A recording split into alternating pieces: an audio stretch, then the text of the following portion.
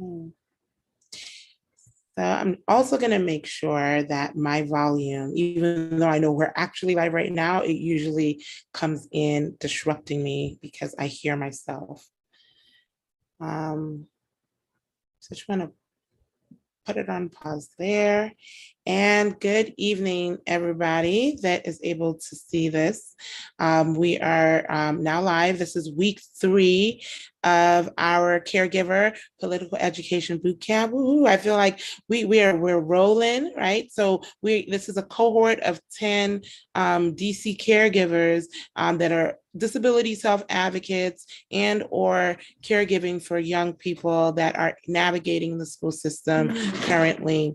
And so we're focused heavily on school mental health. We're also focused on special education because there's a lot of intersection. And we're going to hopefully tonight help see that point of connection between specifically mental health supports and special education. And we're joined by 2 very capable people to help us break it down. And that's Hannah Blumenfeld-Love, and I hope I said that correctly, Hannah, who works for the DC Education, the Office of the DC Education Ombudsman. So shout out to Serena Hayes, who is our Education Ombudsman, and Hannah works in her office. And Lewis Bossin, who I've had the pleasure of hearing really break down really important things, is an attorney with the Bazelon Center for Mental Health Law. So we're going to kick off with Hannah, and I'm going to share my screen so that we are looking at her PowerPoint slide. And so again, our topic tonight is special education 101. So we're going to break down, we're going to start with just the basics and then get into the specificities in terms of mental health. So slideshow. So Hannah, the floor is yours. All right. Hi, everybody. Thank you so much for having me. I am really excited to be here with you and to share about some important and sometimes intimidating, but hopefully we will make it less intimidating, information around the due process protections for students with disabilities. If you can click to the next slide.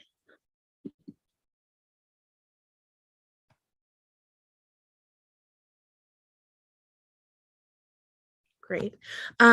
So as was mentioned, I am part of the Office of the Ombudsman for Public Education.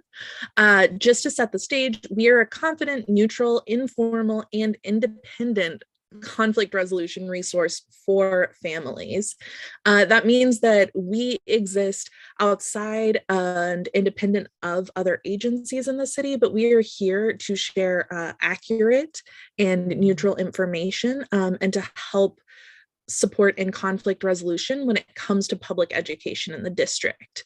The reason why I really bring this up at the beginning here is I'm actually going to be talking about due process protections, which are a formal process that the Office of the Ombudsman actually is not directly involved in because it is a formal process and we are an informal agency. However, we are here to share information so that you know that these are your rights and your child's rights, and so you know where to go if this is something you end up wanting or needing to pursue.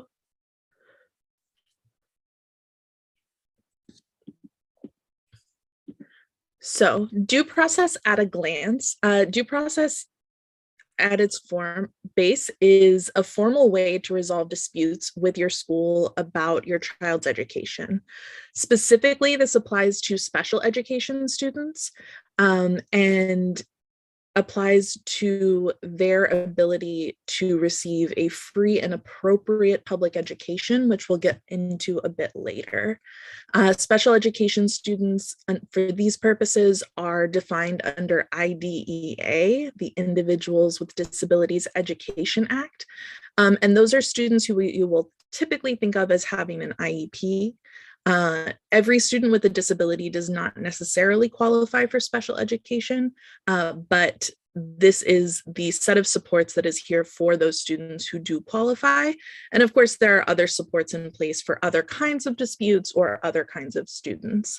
The biggest thing to remember is that you have the right to an impartial hearing officer and to present evidence and witnesses if you are in a situation with a due process hearing to resolve a dispute. Before we can really get into what the hearing process or what a dispute might be, we need to talk about what students' rights are.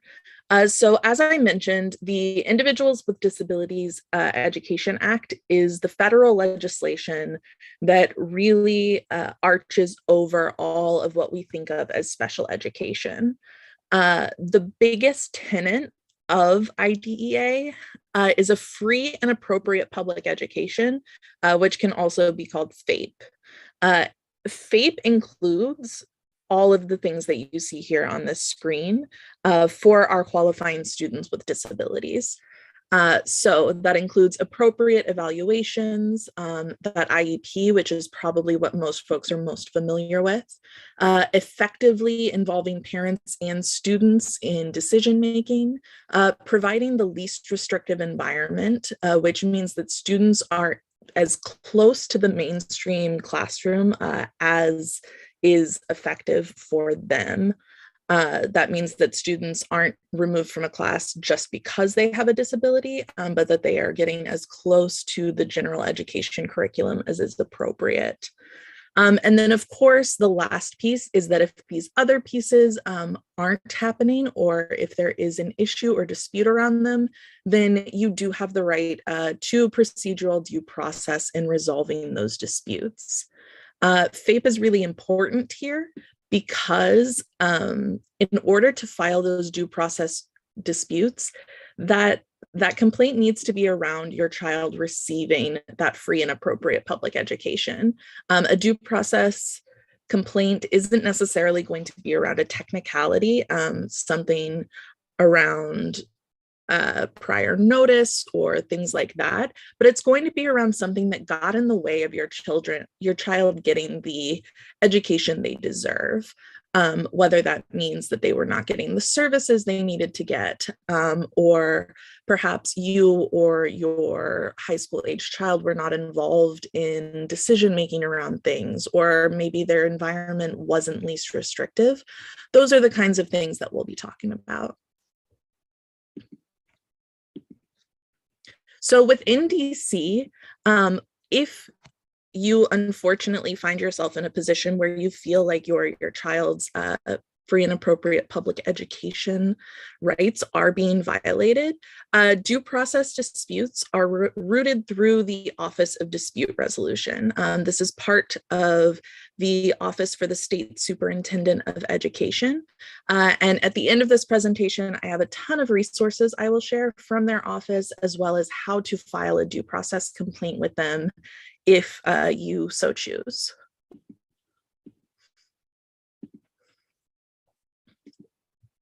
So the due process proceedings do take a while. The total potential period can be up to 75 days.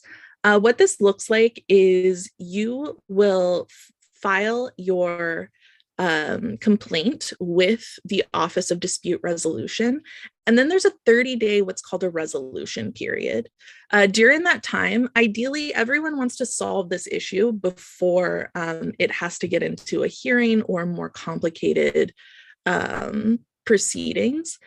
So within the first 2 weeks, 15 calendar days of receiving your complaint, the school has to meet with you and try to resolve the issues that are in your complaint. During this time, there are also opportunities for mediation, which of course is a way for you and the school to come to an agreement with an impartial third party. And ideally, your concern is resolved during that time. However, we know that occasionally they are not, sometimes they aren't. And so if after those 30 days, the concern still is not resolved, then it'll move into the hearing period, which is going to be more like what you would think of. Many of the proceedings are very similar to a courtroom, more what you kind of think of when someone has a legal disagreement. So during a due process hearing, you have a number of rights. As I mentioned, many of the things you'll see in this hearing are very similar to a courtroom proceeding that you might think about. So you do have the right to present evidence and have witnesses attend and testify, to cross-examine the school's witnesses. Also, you have the right to no-cost written verbatim recordings and the findings of fact and decision from the hearing officer, who is going to be the impartial third party making the decision on your case. You also have the right to your child being present and to have your hearing open to the public. The most important part that we make sure that we mention to folks is you are not required to have a lawyer for this process. However, it is greatly recommended because things can get very down in the weeds. At the end of this presentation, as I said, I'll share some resources for free and low cost legal supports in the district, so that you can, if you choose, have that guidance through a process like this. So often you think, okay, so I have this complaint, I have this concern, what's going to happen at the end of this? So if you do end up going all the way through the process, the final outcome is going to be the hearing officer determination. That could be any number of things. It may be an example where the hearing officer feels that the appropriate step to take is to add more services to your student's IEP. It could be a change in the hours that are currently on the IEP or in the related services like speech or occupational therapy they might receive. It can also involve compensatory services. Compensatory services are essentially what they sound like. It's the compensation aspect for if services have been missed or haven't been appropriately given. A child may receive extra therapy hours. They may receive additional instruction during the summer, any kinds of things to essentially make up for something that they missed due to the school not adhering to their program. The winning party may also seek reasonable attorney fees.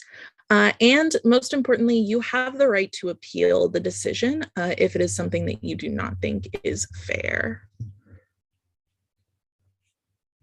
I tried to make that as quick and straightforward as possible. There is so much information that can come into these proceedings. I wanted to make sure I could share a lot of different resources with you. So you can scan this QR code, or I'm also going to drop a link in the chat if you prefer it that way, to a number of resources, including the full due process parent guide for the District of Columbia, which has all of this information and more, as well as general information for my office. If there is anything that you feel you may want to reach out with around this topic or any other topic related to public education in the district.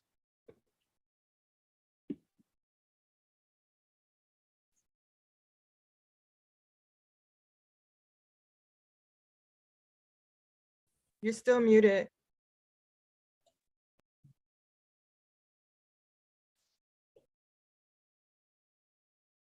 Something strange keeps happening to my screen when I stop sharing. So thank you so much, Hannah. We'll take Q&As after Lewis's. We'll take all of them together. I'm gonna just share my screen for your presentation. Thank you, Chioma.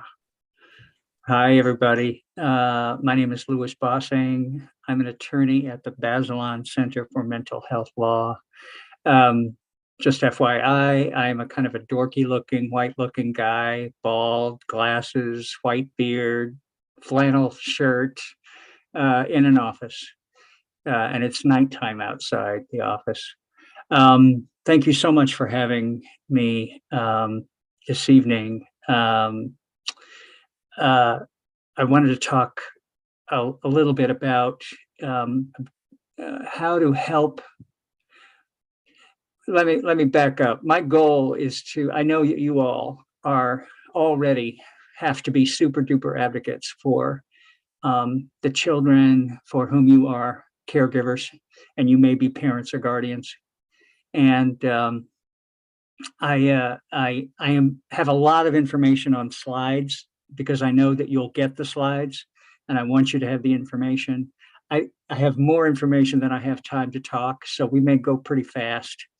But I wanted you to have information that I think will be helpful to you as you are navigating special education. So if we could go to the next slide. I work for the Bazelon Center for Mental Health Law, and we have been advocates for children and youth and their families in DC for many years. And we always start with, like, what do we want the world to look like for our children and youth who may have disabilities and who have behavior issues? And really, we want the world to look like, for those kids, the way it looks like for all kids. We want our kids to have all the opportunities they possibly can have in school and in life to thrive. Next slide. You know, we know that in DC in particular, a lot of children experience issues when they don't get the services that they need in school. And that may mean not doing well in school, which can lead to dropping out, which can lead to engaging in behavior that gets them into trouble. And in DC, I happen to know that a lot of kids who don't get the services they need in school end up in trouble and picking up charges, and sometimes getting sent away out of the district. And it doesn't have to be that way.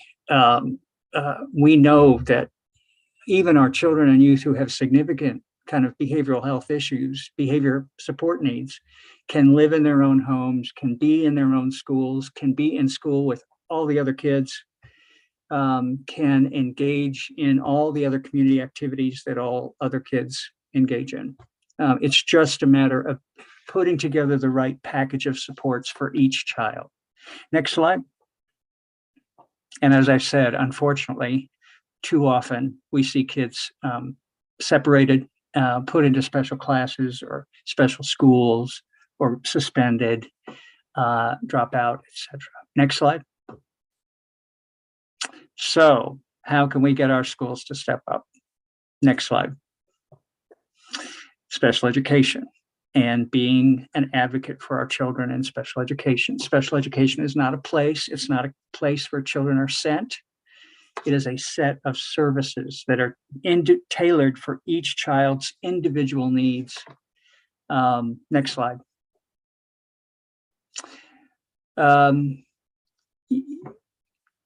Under the federal special education law, which is what Hannah was talking about earlier, a child has to have a disability, identify as having a disability, and be found to have a disability in order to qualify for the services and supports that come with special education. And there are a number of types of disabilities or conditions that may be disabling that children may have. And you see the list here.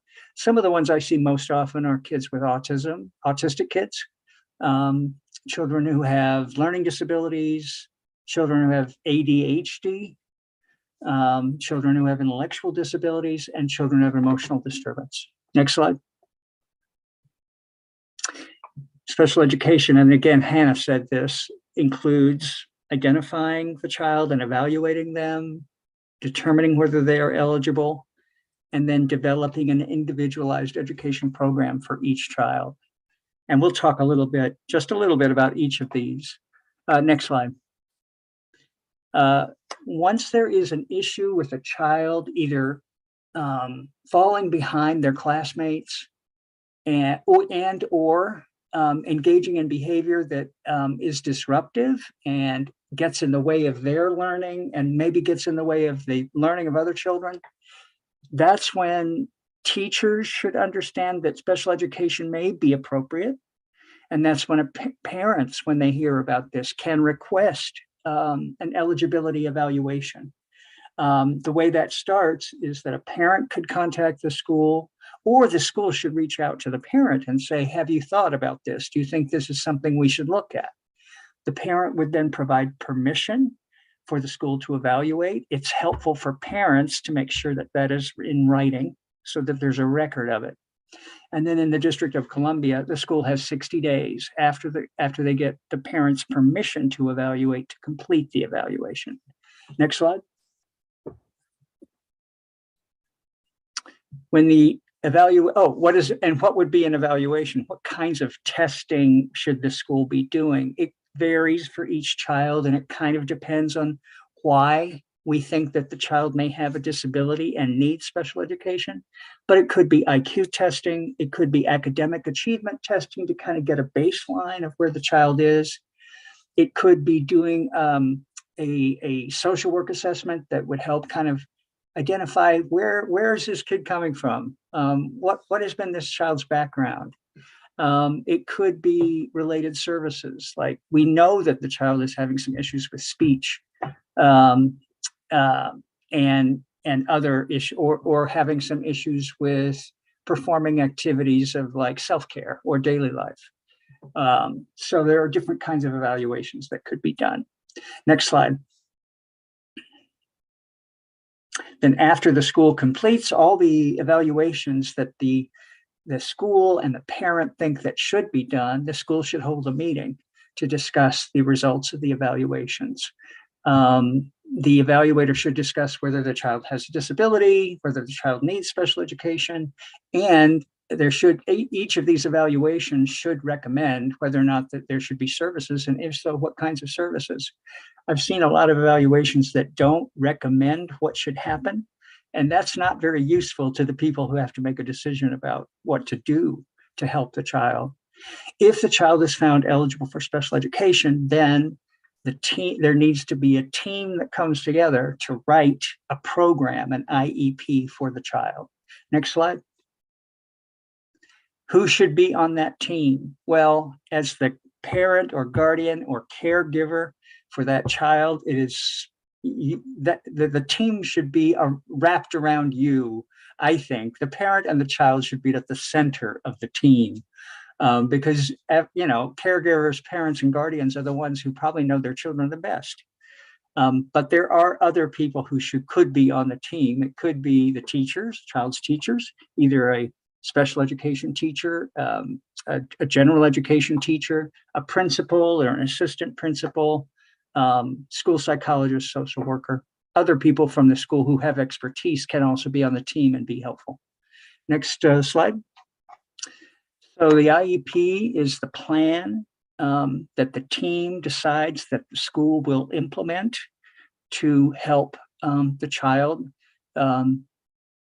be able to have the same kinds of learning opportunities that other children do.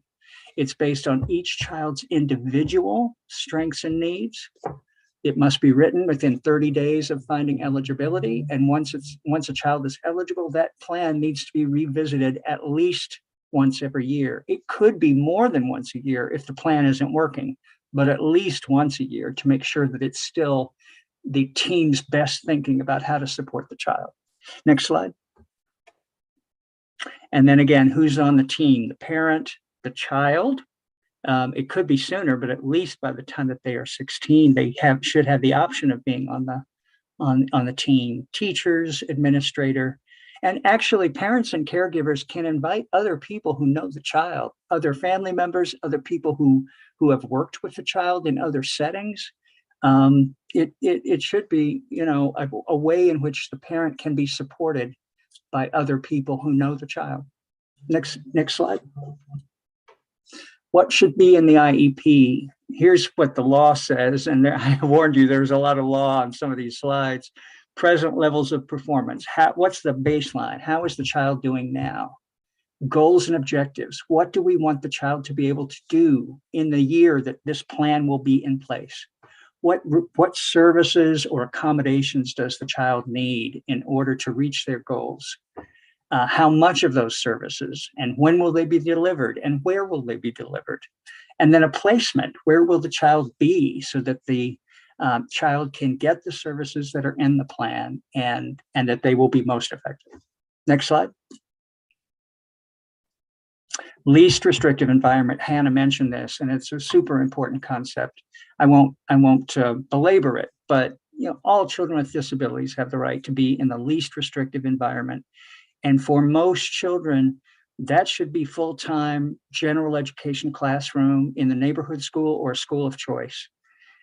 Only if a school can't provide an education to the child in the general education classroom, providing services that are pushed into the classroom, only when that doesn't happen should we be talking about a separate placement, either in a separate classroom, a separate school, at home, or at hospital. The parent, the parent has the right to say, and the parent is on the team, so they can say, here's what I think would be best for my child. But the law says it should be the least restrictive environment. Next slide, please. And then, here's what I just said. And let's just move on to the next slide, given the time. What does special education law say about behavior? IEP teams must consider positive behavior interventions for children with behavior issues, regardless of their disability category. So it doesn't matter what disability category the child was made eligible in. If the child is having behavior that interferes with their learning, the IEP team must consider what kinds of behavior supports, and we'll identify a couple in a minute. Next slide. What behavior strategies can the IEP team discuss? Conducting a functional behavior assessment, including a behavior intervention plan in the IEP, and we'll talk about all this. Behavior goals, accommodations, related services. Next slide.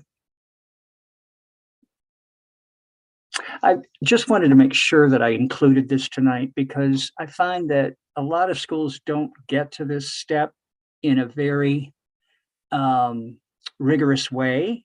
And so for children who have pretty significant behavioral issues, we really do need to think about doing a formal behavior assessment to understand why the child is behaving. What is the child trying to communicate with behavior? What are the child's objectives for behaving in the way they do?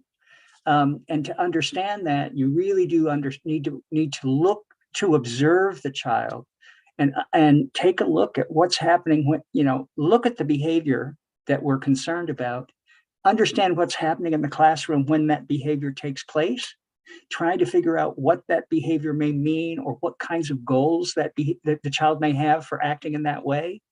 That's going to help us determine what kinds of interventions are going to be most effective at supporting that child in behaving in ways that don't cause a problem for themselves, for their own learning, or for that of others. Next slide. Once you've done a functional behavior assessment, and we could do a whole hours and hours on function. Oh no, Lewis, I think you're on mute. You went on mute. Sorry, I hit the wrong button. Once we have a functional behavior assessment, we can put together a plan that will be effective and that will be individually tailored to that child's behaviors and identify interventions that are going to help with that child's behaviors. Help us be able to know what to teach a child to do instead of the behaviors that are a problem, and how we will respond if those behaviors do occur. How will the child be redirected, or what will be done if the behavior escalates? Next slide. You can have the IEP should have, if a student has some significant behavioral issues, we want to have some goals for how that behavior is going to change over the year that the IEP is in place. So think about the kinds of goals that you want the child to meet and how the child is going to get there. Next slide. And then here are some examples of some pretty typical classroom accommodations and positive supports that the child's teachers should be able to do. And if the child's teachers aren't doing these kinds of interventions or don't know how to, the school really needs to step up and help the teachers learn how to do them. Teachers need to know how to praise when it's appropriate, and when that'll be an incentive to behavior that is helpful for the child and for the students around them. Teachers need to know how to know when a child needs a break, and how a child is going to communicate the need for a break, or other kinds of ways of ensuring that students are understanding the material, can demonstrate how they know the material, can be engaged in the material. There are all kinds of things that your teachers should know, kind of have an array of tools in the toolbox. And hopefully, through reading up on all of this, you will know what to tell your teachers they should be doing. Teachers should always ask you, as caregivers, what do you do at home that helps with this child? When you're trying to help this child learn at home, what do you do when there are behaviors? Next slide. Related services are the kinds of services that children need in order to benefit from the instructional program of the school, and they should be listed and identified in the IEP. They could be direct behavioral interventions like learning how to do new skills, behavior skills, mentoring. If you ever are in a conversation about related services, ask whether the teacher needs related services. Does a teacher need to be consulting with a school psychologist or a social worker, someone who can help them kind of learn how to do the positive interventions that are in the child's plan? Does the parent need to have services to be able to support behavior at home that is consistent with what the school is doing in the plan? Next slide. And should we be coordinating with folks outside the school to support what the school is doing? Related services can be school social workers connecting the child and family with other resources in the community, and could be connecting with their doctors or medical providers if there's any issue with medication that is involved with the child. If the child is taking medication that has to be administered at school. Next slide. Given the time, I could talk a lot about discipline, and I know I think Hannah mentioned it in her slides, and we could do this as part of question and answer, which is the best part of presentations like this. But there are some special education rules for what happens when children with disabilities get disciplined. The basics are that just because a student has a disability doesn't mean that if they violate a school rule, they can't be disciplined. But you can't discipline a child with a disability more harshly when they break a school rule, when they violate a school rule, than you would a child without a disability. And children with disabilities have special rights that children without disabilities don't have. And learning kind of the procedural protections for when children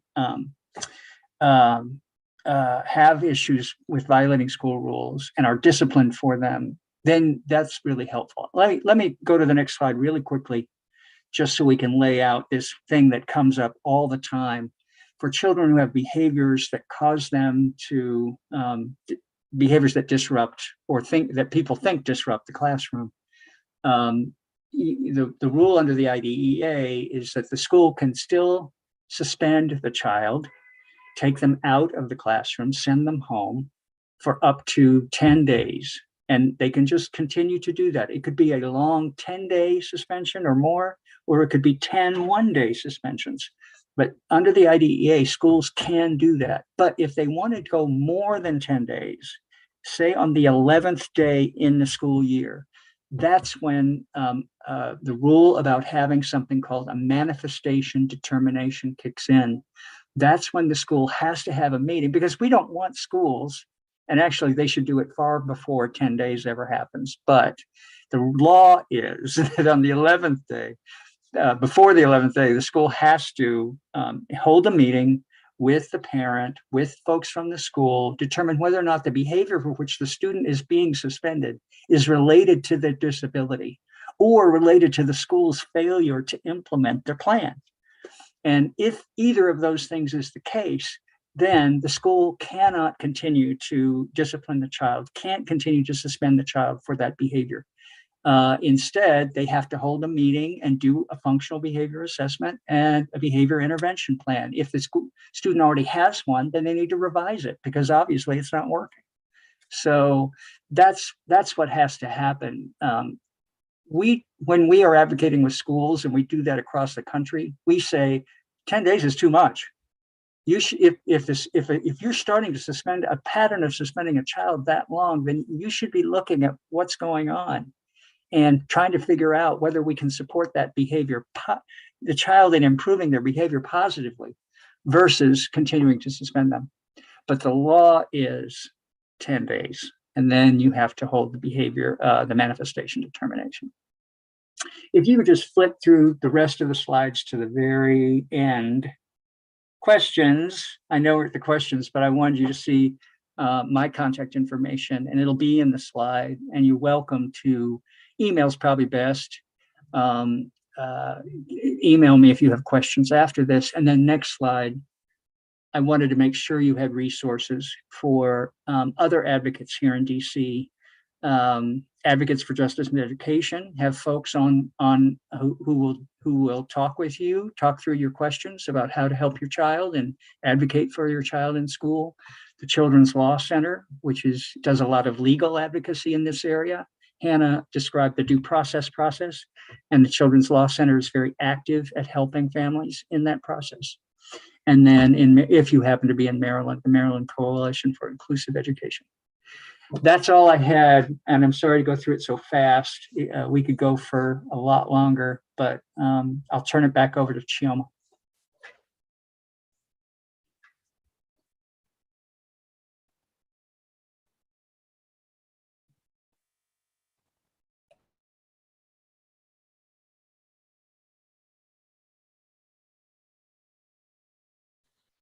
My computer does not want me to win tonight.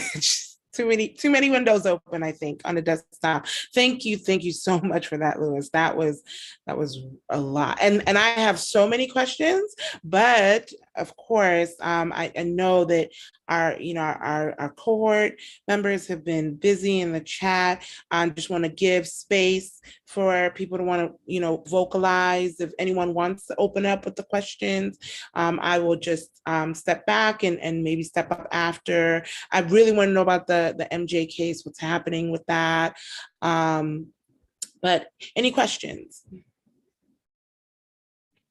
Yeah, I want to know. So, one, I want to thank you, Mr. Lewis, for sharing your presentation. I do appreciate it. I just want to know, like, if there's any studies, or if I missed it, I apologize, studies on the connection between systematic racism and oppression ties into the trauma that children have in Ward 8. Well, as far as like in lower income areas, because when it comes to suspension, it's more so like, because behavior is more tied. It's not, because some children that people identify and diagnosed with ADHD or behaviors more so because they have certain trauma. So if a child doesn't have a stable home, or an unsupportive parent, or this like positive space at home where they are able, it's more than just like that, the mental health issue, because if a child is being abandoned and neglected and rejected at home, that's going to create a mental health issue. So even suspending the child would be somewhat of a ricochet, because you are sending them into an environment that's not positive. In the school, it's supposed to be a positive space. And then also most teachers, I've experienced this with my daughter because she's been diagnosed with ADHD. But the therapist will say, because she witnessed domestic violence, we've been homeless, she doesn't have stability or routine. But when I expressed it to the teacher, they say, oh no, she's just being bad and unruly. So the teachers don't even have and then you have a room of 25 kids, with compassion to the teacher, they don't even have the space to be able to like cater to this one child. And so that's why I even promote towards like lower classroom sizes. Like a classroom should be greater than the size of 6. So, to land, is there talks around, making the classroom size smaller or bringing more teachers within the classroom, like monastery classrooms where it has to be multiple teachers or parents have to come to the classroom, but parents can't do that because we already got to work 2 or 3 jobs in DC in order to sustain a living. So it's like, it's so hard for a parent. How do we have this conversation? Because it's so hard as me as a parent to even take time to create an IEP, because I'm even dealing with a mental health issue. So it's like, how do we create that connection, Lewis? How do we because it's different from white children of privilege than Black kids that comes from the system, because most Black children, most children in poverty, mental health comes from their environment. So we can't say we're going to change their environment. So are you going to provide like housing and stuff for these children? That's what I'm trying to understand, the environment aspect of it. And is it knowledge within this study that majority of the mental health of these Black and brown children comes from unstable house, their environment at home, not more so what's going on in that classroom? Yeah, thank you so much, Ms. Barton, for your questions. And I will start trying to answer a little bit. There's a lot to say. You mentioned one of the first things you asked was whether there are studies particular to Ward 8 that look at. Have you heard the term social determinants of health? You were talking about them. That's a term that some folks use to describe when we're looking at how to help, what kinds of mental health supports will support children and families. Sometimes we talk about social determinants because it's not just about effective therapy. As you said, it is about, are people living in safe and adequate housing? Are people's physical health needs being met? Are their nutritional needs being met? Are they living in homes and communities where they experience trauma? Children bring, as you know, I don't have to tell you, children bring all of that to school. And I think that's a point you were getting at. And I agree with you as an advocate that we should be looking at all of the things that are happening. We can't always fix them all. You have identified, and I just identified a lot of different things that we need to fix. And advocacy, it's hard to fix them all. And I think a lot of advocates try a lot of different things in a lot of different domains. But you completely get that there are a lot of different causes and contributing factors to what the schools have to deal with when they are dealing with students. And schools should I think schools should understand this. And when you say that schools have not been generous in terms of how they treat children and sympathetic, that is a problem for our school districts, that the staff in those districts have not appreciated the kinds of life experiences that the children are bringing into the classroom. It is a matter of training. It's a matter of recruiting people who do understand and have an appreciation. It's a matter of compensating teachers so that we can incentivize getting the best possible people we have to be teachers. I personally think teachers should be paid more than lawyers. So if we want to have teachers who treat our children well, then we have to make sure that we're paying them what they're worth to do that. I want to say that I'm not aware personally of studies that are specific toward 8, but there are a lot of studies and a lot of data out there that show that Black and brown children with disabilities are more likely to be suspended or expelled, more likely to be segregated in separate classrooms, more likely to have law enforcement called on them than are other children with disabilities. And I don't recall the data specifically for DC, but it is that way pretty much all over the country. So that is something that we need to be making sure that our schools are doing, which is the kind of training that teachers and administrators need so that those kinds of biases aren't a part of the school's program.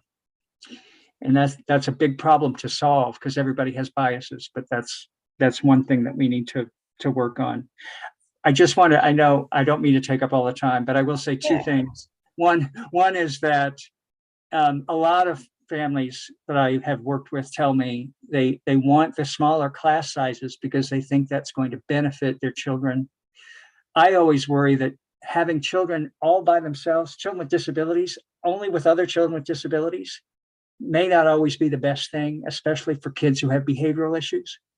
I would like to see schools try having more adults in the classroom with a regular class size. There are ways in which you can instruct, groups of students within the classroom, kind of project-based learning or differentiated instruction within the classroom. I'm using some buzzwords that I've heard educators tell me about. But ways in which, if you have enough adults in classrooms, then each child's needs can be met, and you're not putting it all on one teacher to do it. This again is kind of a systemic issue with how are we giving our schools enough resources to have adults, the number of adults needed in each classroom. Finally, I'll just say, because Chioma mentioned, we do systemic litigation to try to make sure that there are better mental health services, not just in schools, but in all the other places where students are. And, I'm happy to talk about that, but I want to make sure that other people have a chance for those questions. We definitely have to talk about that. It's critical. And I just want to say, Aussie did a landscape study in 2019 that's available and downloadable. I know Renee, you know a lot more about those numbers, the discipline numbers, at least from that era. We don't know what they are right now. And I also want to say, Nandi, we can change the environment. That's hopefully what we're going to try and do here. We absolutely can change the environment in the community. That's the point of the school mental health system. That's the point of special education. I just want to add that little thing in there, and so much. And trauma is two ways. Kids are picking up trauma in the schools as well. Let's just keep that real too. So Elizabeth, what's the question? Oh yeah, my question was for Hannah, actually. And I wanted to ask, so last week we spoke a lot about transitioning, not just what they consider transition age youth, but for example, when a child starts to go through puberty, for a lot of Black and brown kids, it's around 9 years old, there's a shift from them being looked at as a child to looking at them as an adult. And I remember reading through my son's IEP paperwork, and when he was in preschool, they called it elopement. And now he's 9 and it's called abscondence. Abscondence is a violation of the law, whereas elopement looks more like, okay, they're having a hard time, they needed to retreat because of whatever reason. So what is the I don't know if it's a policy or like the recommendation, like, are we having conversations about the use of language when it comes to students with disabilities? Because essentially in the school system, that's another way that we're criminalizing, children. And so I'm just interested, are conversations about that type of language being used with social workers? Are they being used with teachers to, understand? And I had to correct the educator the other day to say, listen, just because this child is 10 years old and 6'1" and 200 pounds, emotionally, he's only about a 5 or 6-year-old. You can't look at his physical form and make determinations that, I'm going to address him or treat him this way because of how he looks on the physical side. Emotionally, he needs that same care and support that he had when he was in early childhood. Whoa. Wow, y'all have some incredible, incredible questions coming tonight. First off, I wish I had like a magical, like, oh, this program is doing all of that in the city for you. I don't have that. What I do have is these conversations are happening. I mean, one of them is happening right now, right? These conversations are happening, and they are happening in trainings with educators and with mental health practitioners within our schools and outside of our schools. They need to keep happening, and they need to keep happening on a larger and larger scale, because the adultification of Black and Brown children is very real in so many places, but also in DC. And then when you compound disability on top of that, there are so many layers there that advocates like you, and then like folks like me and Lewis, need to continue working against and working to make sure that no matter how tall a kid is when they're 9, they're being treated as they should be. So yes, those conversations are happening. Again, I wish I had off of the top of my head somewhere to send you to for that, but they are happening. And if you want to reach out to me later, I can definitely look for more specific examples for that as well. Well, thank you for that. Any other questions? Thoughts? May be a great moment.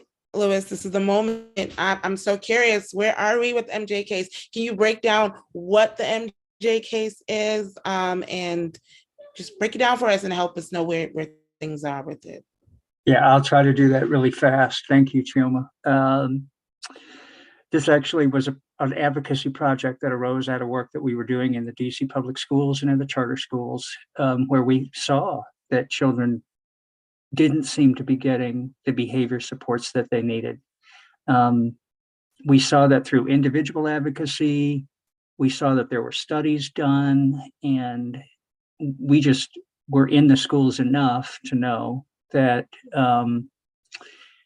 we saw a lot of chaos sometimes in some of our public schools, and we saw that children were not kind of being supported in a positive way.